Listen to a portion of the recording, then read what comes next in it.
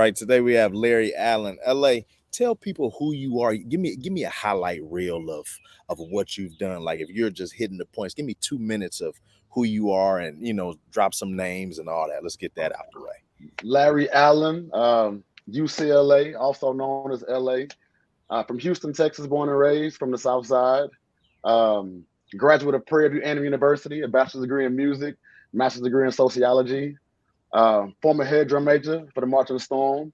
Box member, snare drummer. Also play multi instruments, all brass, all percussion. Um, Worked with Beyonce. Worked with Ciara. I've worked with Ellen. I've worked on a Marvel project. Worked with Nickelodeon. Theme song and production. Um, Performed on the AMAs, American Music Awards with Ciara and Missy Elliott. Countless videos I've choreographed for. I mean, the list goes on. We did a J. Cole video with Drumline Live with actually all female cast. Wow. Did a remix with one of the guys, the choreographer for Drumline.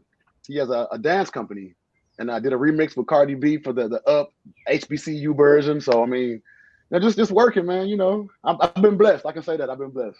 Man, that's a beautiful thing, LA. And sometimes I try to come in super prepared, but other times I just kind of want to follow my curiosity. So I saw different things that you're talking about, but I want to just follow my curiosity and talk to you. And we already got a good vibe. So tell me this: when did you first fall in love with music? Honestly, from earliest I can remember, I would probably say 3 or 4. My mom, she always tell this story, around Thanksgiving and Christmas.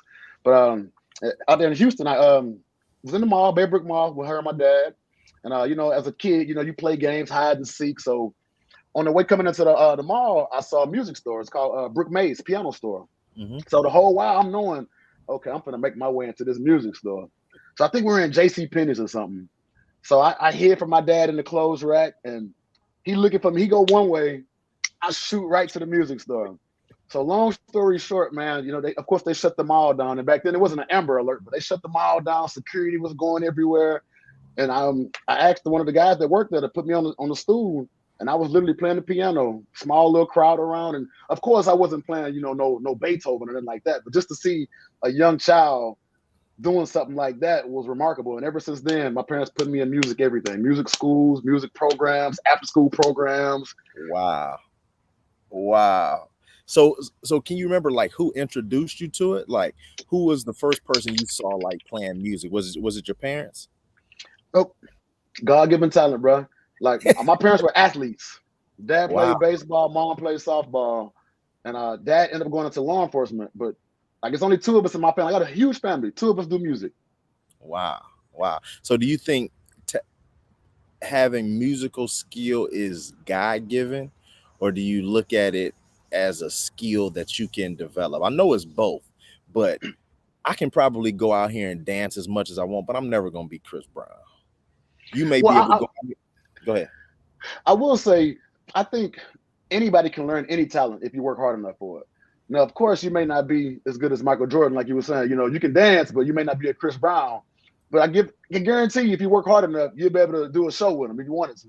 So I think it's a healthy mix of both. God definitely did bless me, but at the same time, I mean, you got Michael Jackson, you got Bobby Brown, you got all these greats that I grew up listening to, Prince, and I will say my parents, they infused music, at a very, very early age. I mean, a wide genre of music, from Frank Sinatra to, jazz, Dizzy Gillespie, Count Basie Orchestra, like to Prince. So music was a healthy dose in my diet. Like every day, it was always music. Homework, okay, music. Want to go play outside? Nah, I already practiced this horn. So it was no question early on. I knew I was going to be where I was at right now when I was that young. That's dope. That's too dope. What instruments do you play? Go down the line of all the instruments that you play.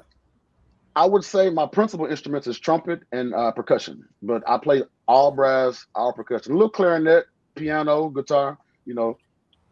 When you say all brass, tell me the instruments because I'm a music guy, but I don't even know brass. They go from trumpet to French horn to trombone, euphonium, and tuba. Okay, The whole whambo. I used to play the trombone in the 5th grade. I remember fourth position and third position, in one, and that's it. But it's like riding a bike, though. You never forget how to do it. Right, It's just muscle memory. right, right. That makes sense. Now, why did you choose an HBCU? Honestly, it was the Labor Day Classic, TSU versus Prairie View. I had scholarships to every school I applied to, D1, Texas Tech, I can name a few, but it was something about just the box at Prairie View, the drum section, and I never really seen a drum section have a feature in the middle of a halftime show, and for me that was like, oh, okay, so that's like some rock star. For me, I was like, okay, yeah, I want to do that, and I made a decision right then to go to Prairie View. I wasn't even really thinking about going to college, honestly. It Really? was just I knew it was a formality to apply when you're a senior in high school. But I can say I wanted to be Bobby Brown. I wanted to be, all of that. So out the gate, that's what my focus was at. Trying to build my craft and better myself to be a performer. And like I said, Labor Day Classic, saw the box and changed my mind. Right. That's dope. Now, um, you became a drum major. How? Like everybody wants to be a drum major. How do you're in high school now, let's say you're in ninth, 10th grade, and you go to these HBCU games and you see these drum majors and you say, okay, I want to be one. What's the path? How do you get there? Um, of course, when you get into like high school and you develop your craft, you see what kind of position you want to play in your band program. And like I said early on, like growing up, I was always the leader. I was always in the front. So I had the mentality of always wanting to lead and be out front and almost like take that first hit. Like, look at me first, and then you're gonna see the rest of the guys or the girls. So um really high school, like my sophomore year, I was seeing the direction where the band was going. And it was like, you know what? I kind of want to implement, my flavor, my sauce, and leave my mark, here at this school and move on to everything else. And that just geared me for Prairie View. Now, tell me about your experience with Drumline. I heard you talk about it earlier.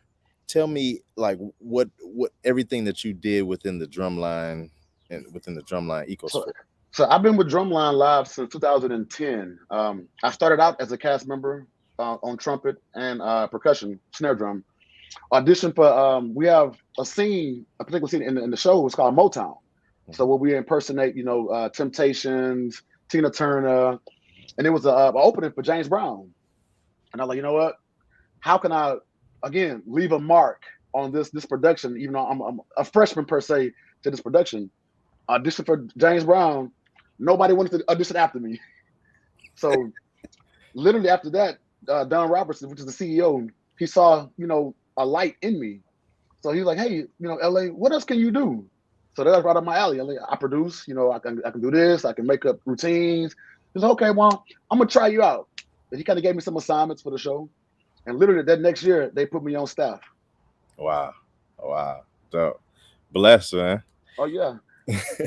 How did you get into the Guinness Book of World Records? It's a studio here in Houston called Barron Studios where all of the greats record from like Kendrick Lamar to Travis Scott. And they wanted to do, the world's longest verse. So they reached out to a few artists, and literally we was 24 hours just going back and forth, 16 Wow. bars and 16 bars, constantly, constantly.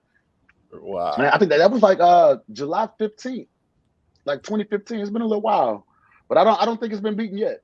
Wow. That's dope. That's dope.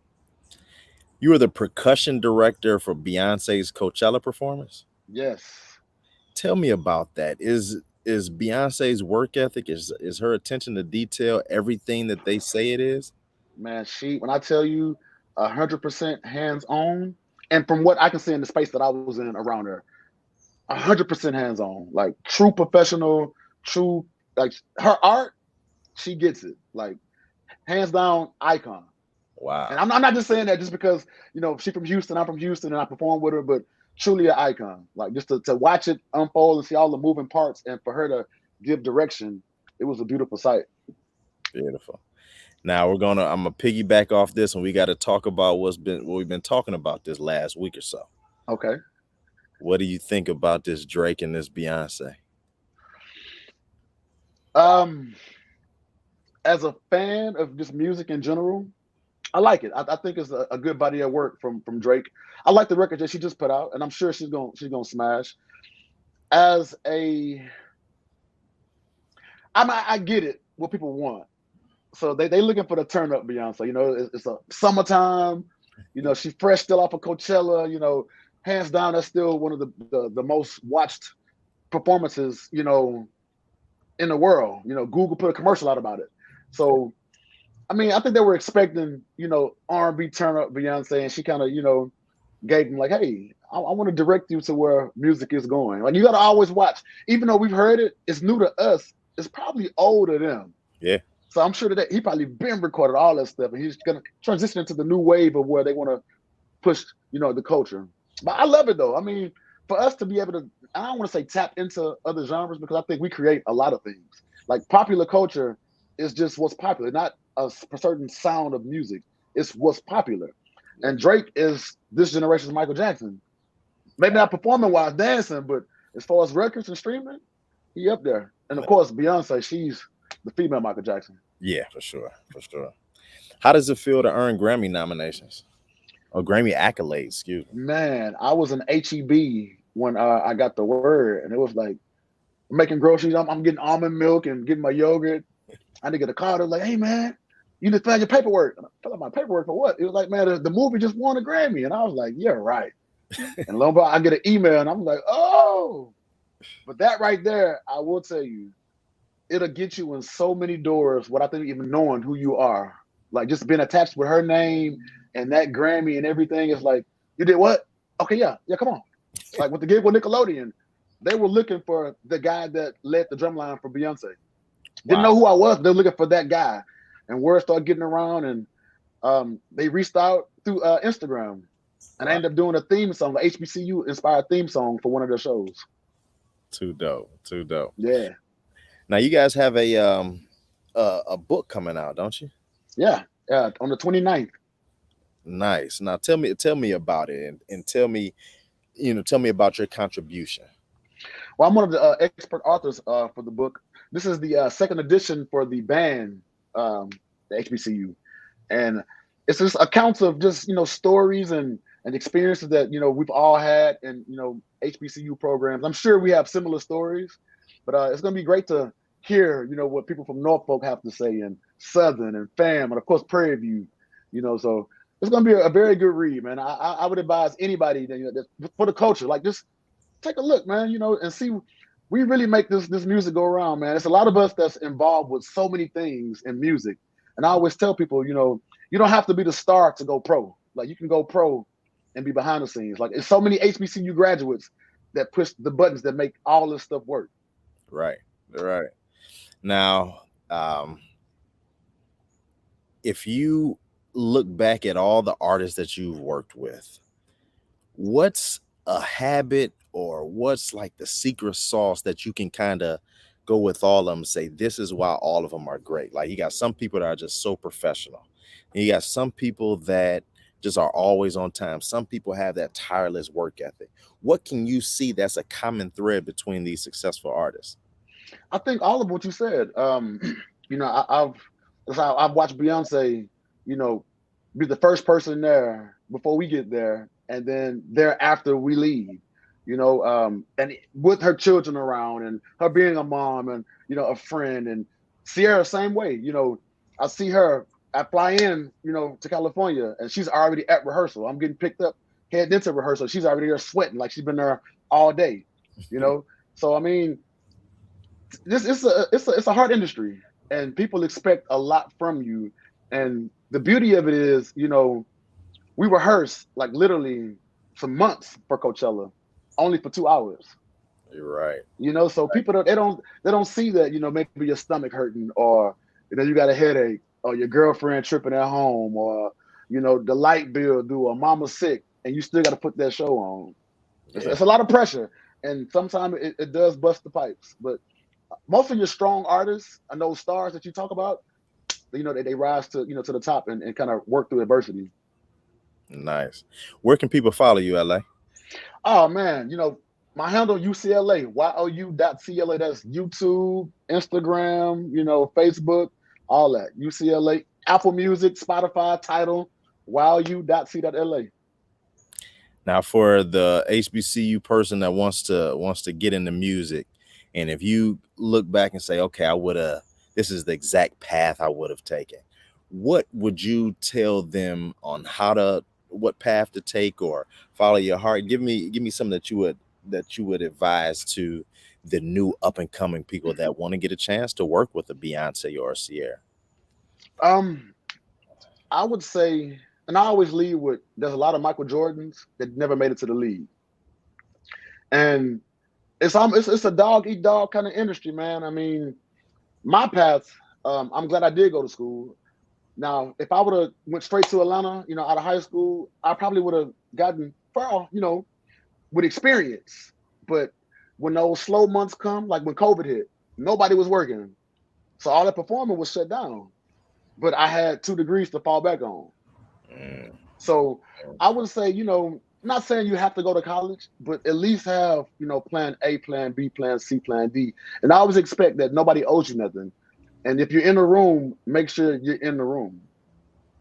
I always try to control my situations, chess moves, never checkers. And in a way of not being arrogant, but just letting you know, hey, I'm here. Like I want you to know I'm here and I'm ready to go. Yes, sir. UCLA, good talking to you. Thank you for taking the time to talk to us. Likewise, brother. Anytime. Anything else you wanna leave with us? Ah man, God bless HBCUs, man. I'm glad these athletes are starting to go to our HBCUs, and let's keep music alive, man. Let's get it back right, back from elementary on up to college, man.